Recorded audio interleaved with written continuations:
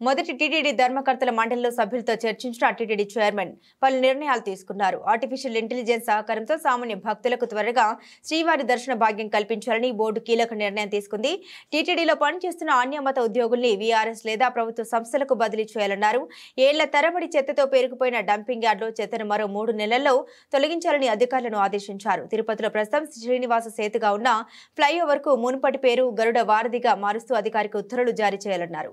తిరుమలలో రాజకీయ వ్యాఖ్యలు పూర్తిగా నిషేధిస్తూ సంచలన నిర్ణయం తీసుకున్నారు. రాజకీయ వ్యాఖ్యలు చేసిన వారిపై కేసులు పెట్టాలని ఆలయ సిబ్బందికి సూచించారు.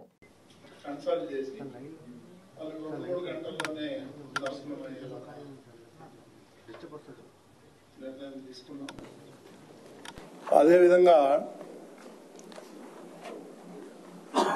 అన్యమతస్థులు ఎవరైతే టీటీడీలో పనిచేస్తున్నారో వాళ్ళకి మొట్టమొదటిసారిగా వాళ్ళని పిలిపించి వాళ్ళతో కన్సల్ట్ చేసి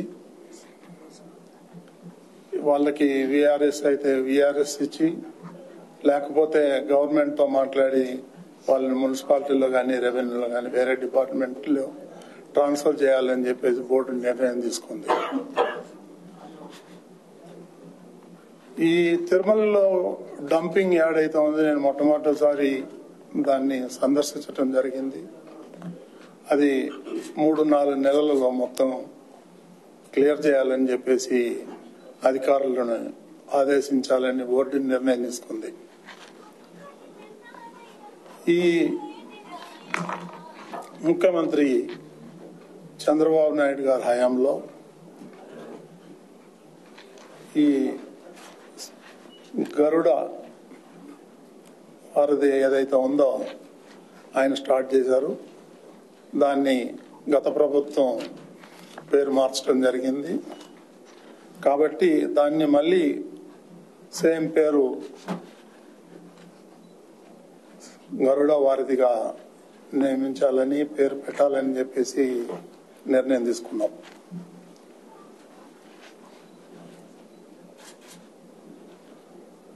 ఈ అలిపిరిలో ఏదైతే 20 ఎకరాలు భూమిలో టూరిజం వాళ్ళకి అలాట్ చేయడం జరిగింది అటవీ శాఖ, అక్కడ గతంలో చంద్రబాబు నాయుడు దేవలోకం అనే ఒక ప్రాజెక్టుని ప్రారంభించాలని ఒక మంచి ఆలోచనతోని వారు ప్రారంభిస్తే దాన్ని ఇప్పుడు కొన్ని చేతులు మారి ముంతాజ్ అనే హోటల్ 5 స్టార్ హోటల్ కన్స్ట్రక్షన్ కోసం ప్రయత్నాలు జరిగినాయి. అది కొండకు ఆనుకొనే ఉంది కాబట్టి అది హిందువుల యొక్క మనోభావాలు దెబ్బతింటాయి. దాన్ని మేము సుదీర్ఘంగా చర్చించాం. దాన్ని ఆ ప్రభుత్వం భూమి అయితే ఉందో దాన్ని టీటీడీకి హ్యాండ్ ఓవర్ చేయమని చెప్పేసి గవర్నమెంట్ కి రిక్వెస్ట్ చేయాలని చెప్పేసి బోర్డు నిర్ణయం తీసుకుంది. అదేవిధంగా తిరుమలలో ఎవరైతే భక్తులు వస్తారో వాళ్ళు దర్శనం చేసుకొని వెళ్ళేటప్పుడు ప్రెస్ మీట్లో రాజకీయాలు మాట్లాడుతున్నారు. అది పూర్తిగా నిషేధించాలని చెప్పేసి నిర్ణయం తీసుకున్నాం. అవసరమైతే కేసులు పెట్టాలని కూడా నిర్ణయం తీసుకున్నాం. ఇకపోతే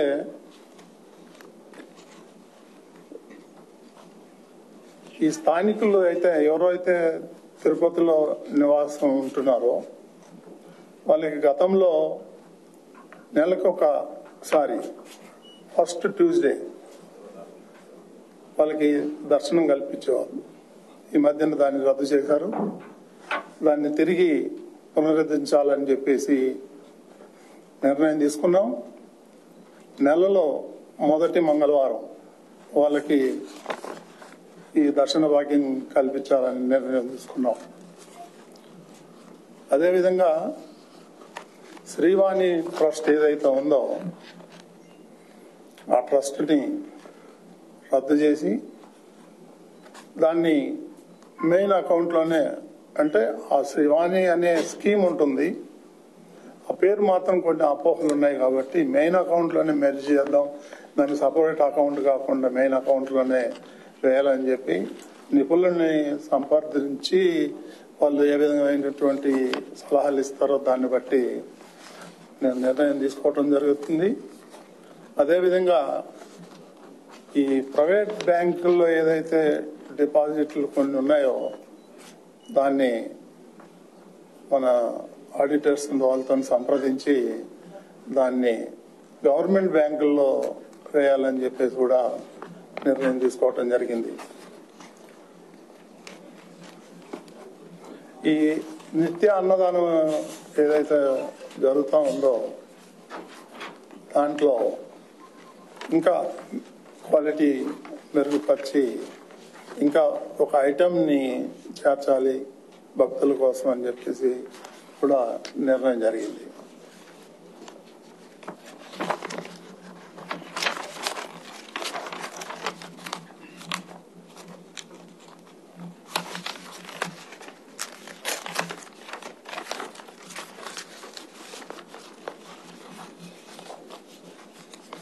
ఈ శ్రీవారి లడ్డు ప్రసాదంలో వాడేటువంటి నెయ్యి ఏదైతే ఉందో దాన్ని ఇంకా మెరుగుపరచాలని, మంచి క్వాలిటీ నెయ్యి కొనాలని బోర్డు నిర్ణయం తీసుకోవడం జరిగింది.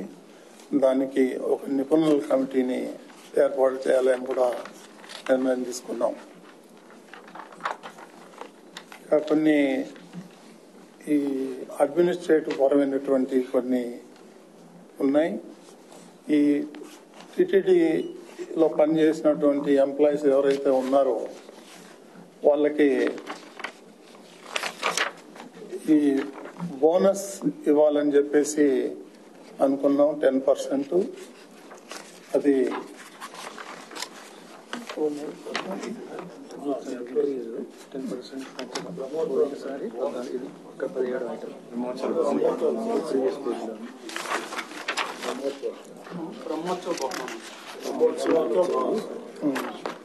ఈ బ్రహ్మోత్సవాల బహుమానం కింద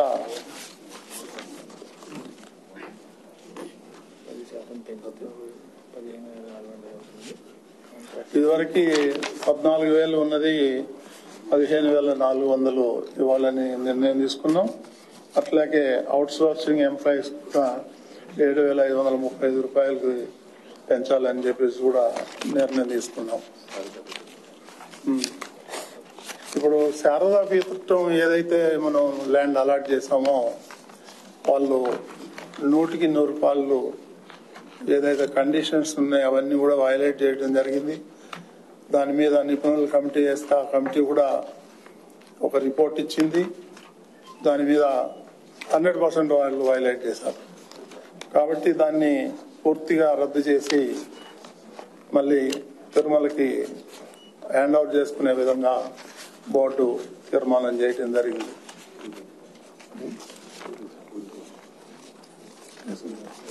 అదేవిధంగా ఈ టూరిజం కింద సుమారు 4,000 టికెట్లు ఇస్తున్నాము ప్రతిరోజు. అది బాగా మిస్యూజ్ అవుతుంది. దాన్ని పూర్తిగా రద్దు చేయాలని చెప్పి నిర్ణయం తీసుకున్నాం. ఇక దర్ ఇస్ నో టూరిజం. ఇది టూరిజం సెంటర్ కాదు, ఇది పిలిగ్రిమ్ సెంటర్. మనకు అవసరం లేదు. చాలా మిస్యూజ్ జరుగుతుంది. దాని మీద మన విజిలెన్స్ వాళ్ళు కూడా ఎంక్వైరీ చేశారు. అది నిజమని తేలింది. కాబట్టి దాన్ని పూర్తిగా రద్దు చేయాలని నిర్ణయం తీసుకోవటం జరిగింది. మిగిలిన కొన్ని విషయాలు ఈవో గారు మాట్లాడతారు.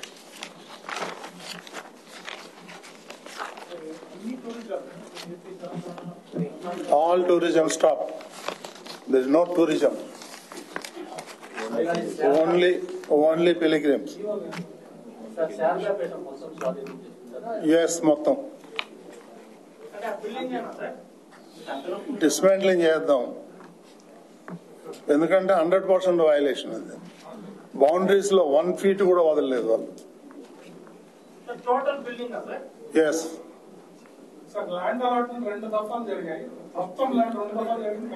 మొత్తం క్యాన్సిల్ చేద్దాం.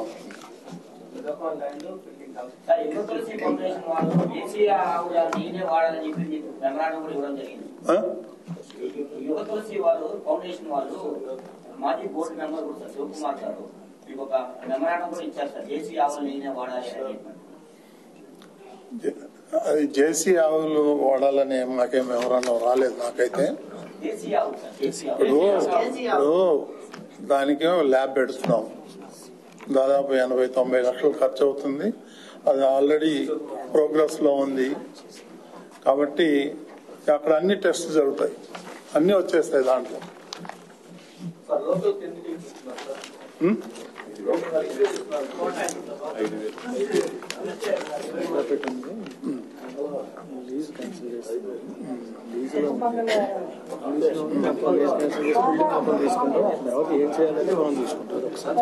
అది శారదాపీఠం, అది వాళ్ళకి లీజ్ కి ఇచ్చాం. అది సో ఆ లీజ్ క్యాన్సిల్ చేసి మనం బిల్డింగ్ హ్యాండ్ ఓవర్ చేసుకున్నాం. మనం వాళ్ళకేమి ఇవ్వలేదు, ఓన్లీ లీజ్. ఏమండి టూరిజం హోటల్స్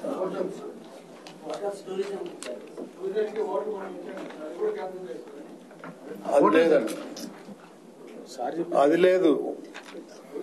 ఓన్లీ టూరిజం ఎవరైతే దర్శనానికి వస్తారో అది వరకే క్యాన్సిల్ చేస్తారు.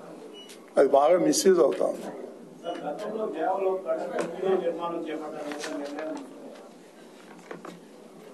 అదే కదా పాయింట్. ఆ దేవలోకం అనే ప్రాజెక్టు ఆపేసి ముంతాజ్ హోటల్ అనేది పెడుతున్నాడు. అది అబ్జెక్షన్. హిందువుల మనోభావాలు దెబ్బతింటాయి అక్కడ.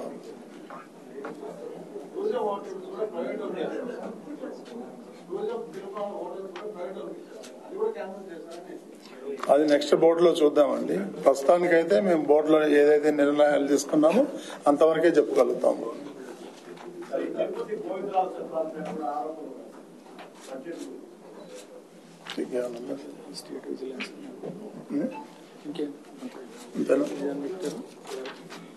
టీవీఎస్ కంపెనీ లీకేజెస్, గుళ్ళో లీకేజెస్ చెందిన టీవీఎస్ మోటార్స్ వాళ్ళకి చెప్తున్నాం. అన్నదానం కూడా వాళ్ళకి. ఈ టెంపుల్లో ఏదైతే ఉందో గుళ్ళో, తర్వాత పోర్ట్ వంటశాల ఏదైతే ఉందో దాంట్లో బాగా హెవీ లీకేజెస్ ఉన్నాయి. వర్షాకాలం చాలా ఇబ్బందిగా ఉంది. దాన్ని రిపేర్లు చేయడానికి టీవీఎస్ అనే సంస్థ ముందుకు వచ్చింది.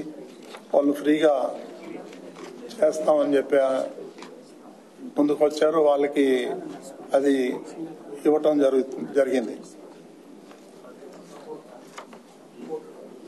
పోర్ట్ ఈ అన్నదానం మోడర్నైజేషన్ కాంప్లెక్స్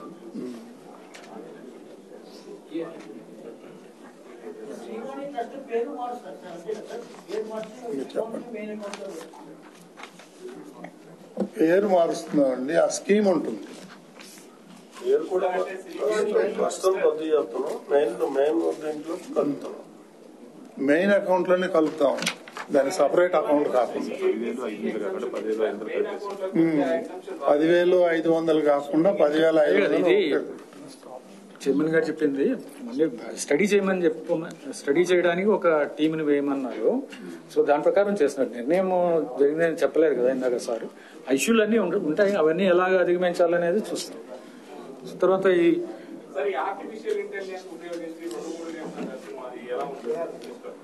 ఇప్పుడు ఎలా ఉంటుందో చూస్తారు కదా. చెప్తారు సార్, చెప్పారు కదా చెప్పినవి. అంటే ఒకటి ఉంది. అది ఇప్పుడు అన్నదానం కాంప్లెక్స్ లో మొత్తం అన్నదానం ట్రస్ట్ కింద ఉన్న అన్నదానం మనం ఏది చేస్తున్నామో రోజుకి 2,30,000 మందికి, అంటే 30,000 పోర్షన్స్ మనం ఇస్తున్నాము, సర్వీస్ చేస్తున్నాము. ఈ అన్నదానం కాంప్లెక్స్ ని మోడర్నైజ్ చేయాలి. వచ్చే 25 సంవత్సరాల వరకు ప్రజలకి, భక్తులకి ఇబ్బంది ఉండకూడదు అనే ఉద్దేశంతో ఈ టీవీఎస్ మోటార్స్ వాళ్ళకున్న ఎక్స్పీరియన్స్ తో వాళ్ళ కన్సల్టెన్సీ తీసుకొని ఈ ఎక్విప్మెంట్ ని మోడర్నైజ్ చేయడం, అలాగే ఇక్కడున్న అన్ని వ్యవస్థలు, స్టోరేజ్ నుంచి సర్వింగ్ దాకా, సర్వింగ్, శానిటేషన్, అన్ని విధాలుగా కూడా ఫుడ్ సేఫ్టీ, ఇవన్నీ కూడా స్టడీ చేసి ఏ విధంగా వచ్చే 25 సంవత్సరాల వరకు ఏ విధమైన ఇబ్బంది లేకుండా చేయాలి అనే దాని మీద వాళ్ళ కన్సల్టెన్సీ సర్వీసెస్ ఇస్తున్నారు. వాళ్ళ హొసూరు ప్లాంట్ కూడా, హొసూరు దగ్గర వాళ్ళకున్న ఫ్యాక్టరీలో కూడా రోజుకు 30,000 మంది భోజనాలు చేస్తారు. వాళ్ళకు కూడా మంచి ఎక్స్పీరియన్స్ ఉంది. వాళ్ళు కూడా వచ్చి స్టడీ చేశారు. వాళ్ళని ఎంగేజ్ చేసుకోవడానికి కన్సల్టెన్సీ కోసం బోర్డు అప్రూవల్ ఇవ్వడం జరిగింది. అదొకటి తీసుకోవడం జరిగింది, నిర్ణయం తీసుకోవడం జరిగింది. కన్సల్టెన్సీ అయిన తర్వాత ఆ ఎక్విప్మెంట్ ఏం కావాలి, అడిషనల్ గా ఏం కావాలి, ఏమేమి మోడర్నైజ్ చేయాలి, ఏమేమి కన్స్ట్రక్షన్ చేయాలి, ఇవన్నీ కూడా నిర్ణయించడం జరుగుతుంది. ఇందాక ఈ ఆర్టిఫిషియల్ ఇంటెలిజెన్స్ యూజ్ చేసి ఎలా చేస్తారనేది అడిగారు. ఇప్పుడు మనకున్న సమస్య ఏంటంటే ఎస్సీడీ టికెట్స్ ఎలాగ ఇస్తున్నాం, ఎస్ఎస్డి టికెట్స్ ఇస్తున్నాం, స్లాటెడ్ దర్శనం. ఎస్సీడీలో కూడా టైం అది చెప్తాము. బట్ మనకి ముఖ్యంగా సర్వదర్శనం వాళ్ళు ఎక్కువ టైం వెయిట్ చేయాల్సి వస్తుంది. ఒక్కొక్కసారి 30 గంటలు కూడా అయిపోతుంది. ఈ టైంని ఎలా రెడ్యూస్ చేయొచ్చు, ఏ విధంగా ఎస్ఎస్డి టోకెన్స్ పెంచవచ్చు. SSD tokens beyond a point పెంచితే ఈ ఎస్డి వాళ్ళ మనకి కొద్దిగా ఇబ్బంది అవుతుంది. ఎందుకంటే ఎస్డి లైన్ ఎప్పుడు ఉంటుంది. సో ఎలా బ్యాలెన్స్ చేయొచ్చు. అలా తర్వాత మిగిలిన సర్వీసులు కూడా ఇస్తున్నాం. మనకి వివి బ్రేక్ దర్శన్ కానీ, ఎస్సిడి కానీ, లేకపోతే ఇప్పుడు టూరిజం లేదు, ఇంతకుముందు టూరిజం ఉండేది, వర్చువల్ కోటా ఉంది. ఇవన్నీ కూడా స్టడీ చేసి ఏ విధంగా చేస్తే వాళ్ళకి మినిమం టైంలో అవ్వడానికి అవకాశం ఉంది.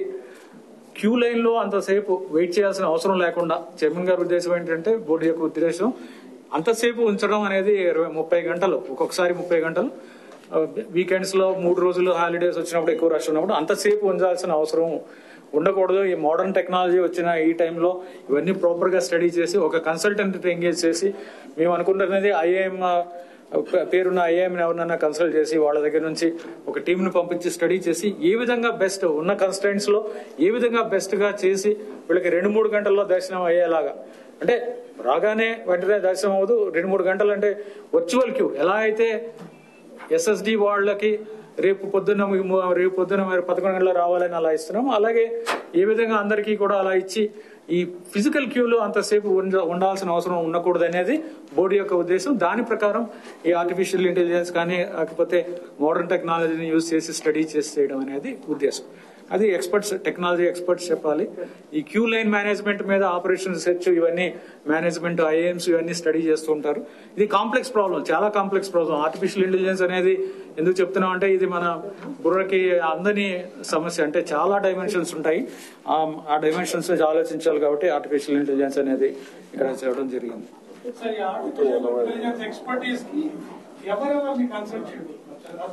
అప్పుడే కదా నిర్ణయం తీసుకుంది. దానికి ఉన్నారు కొంతమంది ఏజెన్సీలు, వాళ్ళతో మాట్లాడతాం.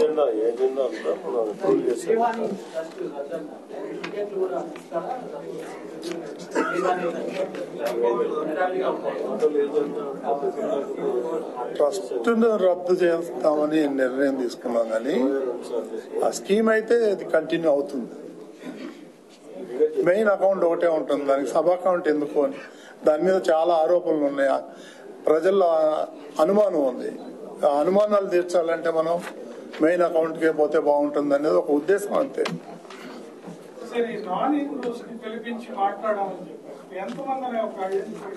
ఉందండి, మా దగ్గర లిస్ట్ ఉంది, వాళ్ళు మాట్లాడుతున్నాం, తర్వాత చెప్తాం.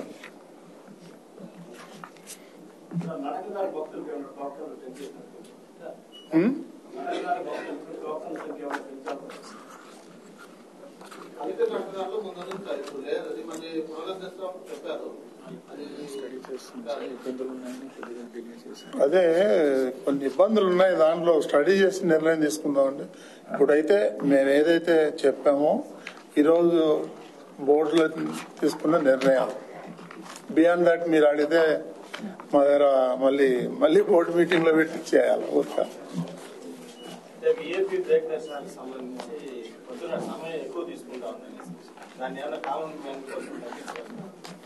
ట్రై చేద్దాం. ఆ టైమింగ్స్ కూడా కొంతమంది అడిగారు, ఉదయం పూట పెడితే బాగుంటుందని. అది కూడా ఆలోచన చేస్తాం.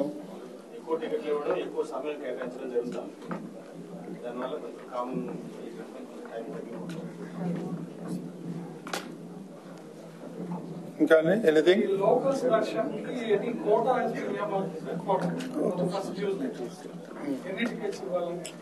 అది చూసి చెప్తామంది. ఒక 5-6 వేలు అనుకుంటున్నాము. దాని డిమాండ్ బట్టి మంత్లీ ఒక్కరోజే కదా, ఫస్ట్ ట్యూస్డే.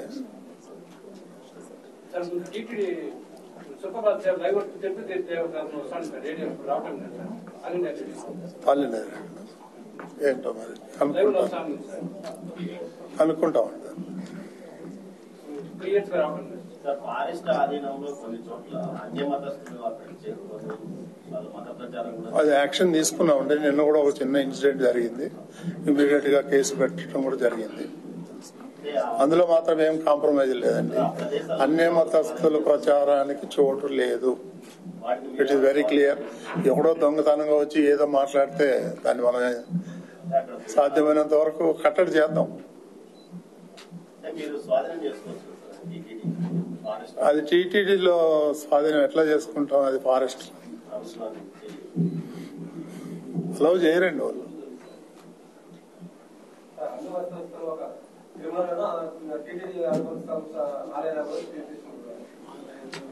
ఇప్పుడు ఉన్న తిరుమలలో ఉండే వాళ్ళని చూద్దామండి. కింద తర్వాత చూద్దాం. ఓకేనండి. Thank you very much. Thank you.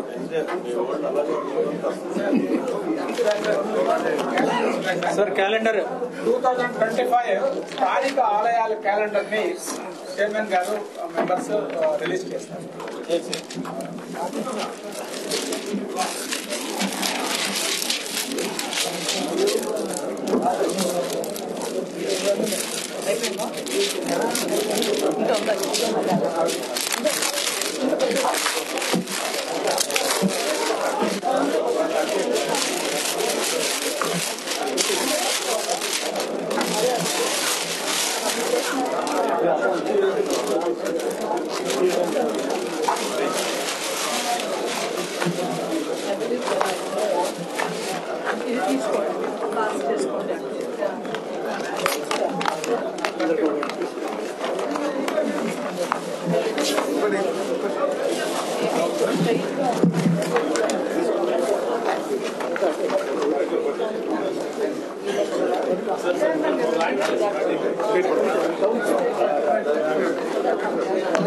Right,